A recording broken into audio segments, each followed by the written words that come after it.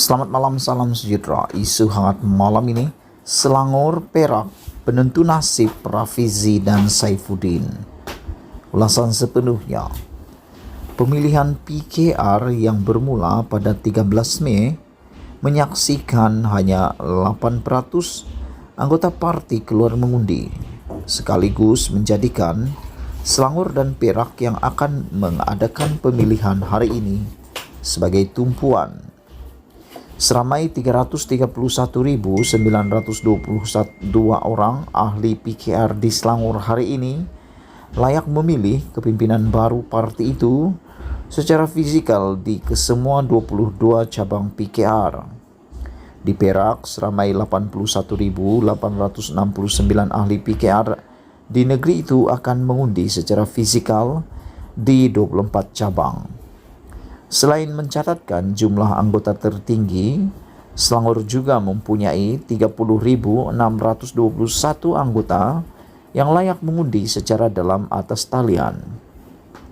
Menurut satu sumber parti, Selangor dan Perak kini menjadi tumpuan susulan jumlah peratusan keluar mengundi yang rendah selepas pemilihan fizikal di 10 negeri. Selepas 8 hari, jumlah yang keluar mengundi hanya 8% sahaja. Ini termasuk pemilihan atas talian, di mana seramai 67.419 orang ahli parti itu telah mengundi melalui aplikasi Adil sejak 18 Mei hingga semalam katanya. Sumber berkata pemilihan di Selangor dan Perak juga akan menyaksikan pusingan terakhir bagi kempen Saifuddin, Nasution Ismail dan Rafizi Ramli yang bersaing bagi merebut jawatan timbalan Presiden PKR sebelum pemilihan berakhir esok. Menurut satu lagi sumber, Saifuddin kini sedang mendahului di Selangor dengan menguasai sekurang-kurangnya 17 daripada 22 cabang. Bagaimanapun dia tidak menolak kemungkinan Rafizi masih mampu memberi saingan kepada Saifuddin di negeri itu. Sementara itu katanya Rafizi mampu membuat kejutan di Perak. PKR Perak sebelum ini dipengerusikan oleh seteru politik Rafizi dalam PKR Farhas Wafa Salvador Rizak Mubarak. Menurut sumber berkenan, daripada 24 cabang PKR di Perak, 9 cabang dimenangi Rafizi tanpa bertanding, dengan 6 daripadanya memberikan sokongan terbuka kepada bekas naib presiden PKR itu. 2 cabang mengambil pendirian 50-50, manakala hanya 1 calon ketua cabang yang menang tanpa bertanding di Perak menyatakan sokongan kepada Saifuddin. Selain itu, 24 calon yang bertanding bagi jawatan ketua cabang di 15 cabang berpihak kepada Rafizi, sementara 7 calon jawatan ketua cabang sokong Saifuddin dan 3 lain mengambil pendirian terbuka atau 50-50 katanya. Selain Perak, Sarawak dan Sabah juga mengadakan pemilihan secara fizikal pada Ahad ini. Keputusan bagi semua jawatan dijangka akan diumumkan oleh jawatan kuasa pemilihan dalam masa 24 jam selepas tamat pemilihan bagi semua jawatan dipertandingkan. Bongkar, bongkar, bongkar, jangan tak bongkar. Bongkar sampai terlonde. Isu perkawinan Najib masih hangat diperkatakan di media sosial. Ada orang kata, cukuplah tuh, jangan lagi ulas tentang perkawinannya. Macam mana kita tak nak ulas kalau Najib sendiri tak tampil, perempuan tu tak tampil sendiri, mau mengiyakan atau menidakkan, kan? Itu yang menjadi persoalan kepada kita semua. Jadi kita ambil kesempatan untuk mengulas demi mengulas sehingga Najib tampil sendiri buka mulut. Kemarin Najib sebenarnya sudah buka mulut, tapi apa yang Najib respon, apa yang Najib katakan adalah beliau hanya jawab no, no, no, no. Itu saja respon daripada Najib. Jadi kita pun tak tahulah apa yang berlaku sebenarnya dalam keluarga Najib, terutamanya kepada Rosmah Mansur. Ialah wanita yang tular bersama dengan Najib, yang mengepit tangan Najib dengan erat-erat itu jauh lebih cantik, jauh lebih muda, gebu putih, dan hidungnya pula original. pipinya juga original, mukanya juga original, rambutnya juga diikat tak seperti naik ke bulan. Tapi ada 3 persoalan netizen yang perlu kita jawab. Pertama, 2 tahun yang lepas, satu kontroversi juga melibatkan Najib tentang perkawinan.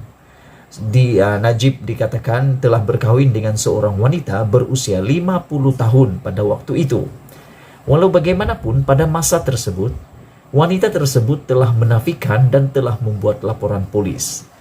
Jadi kalau sudah buat laporan polis, kita terima itu sebagai penafian yang memang sah, tidak benar.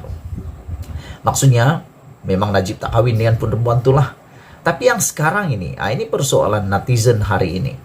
Yang sekarang ini, wanita yang tular ini, sampai ke hari ini sudah masuk hari keempat isu hangat ini.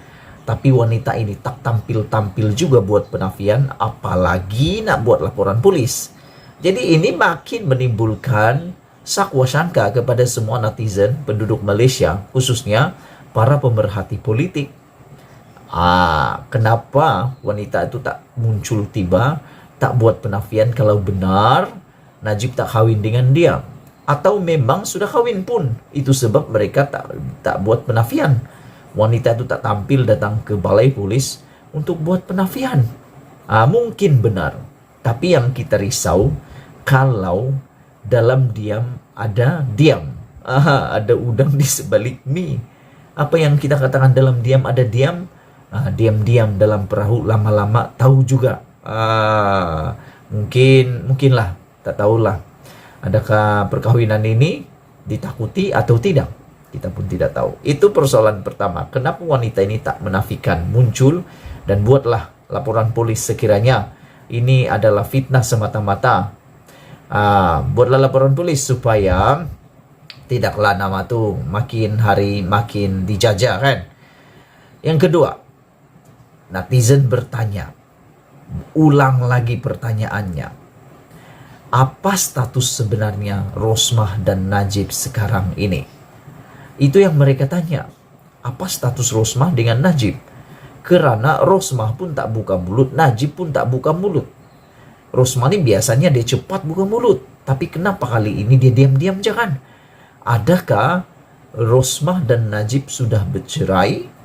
Ataupun Najib sudah ceraikan Rosmah? Ataupun memang Rosmah dah tahu tentang perkawinan ini dan telah merestui perkawinan ini, tapi dalam diam-diam tak beritahu siapa-siapa. Kita harap Rosmah tampillah, berikan pengakuan, berikan penjelasan, pencerahan tentang suami anda ini, yaitu bosku Najib. Benarkah Najib sudah berkahwin atau apa status perkawinan anda sekarang? Saya berdoa supaya status perkawinan mereka dalam keadaan yang baiklah. Ialah bukan dosa pun kan? Bukan dosa pun kalau Najib nak kahwin lagi bagi mereka. Tidak ada masalah sebab Najib mampu. Dia lebih daripada mampu. Cuma orang tanyalah sampai ke hari ini masih orang tanya. Najib beli ubat berani kat mana? Ramai lelaki di luar sana yang bertanya kepada Najib. Najib beli ubat berani dekat kedai mana? Dekat kedai mana ada jual ubat berani? Tak tahulah orang tanya begitu kenapa? Mungkin mereka nak tirulah kali. Supaya lebih berani meniru seperti Najib bosku. Itu persoalan yang kedua.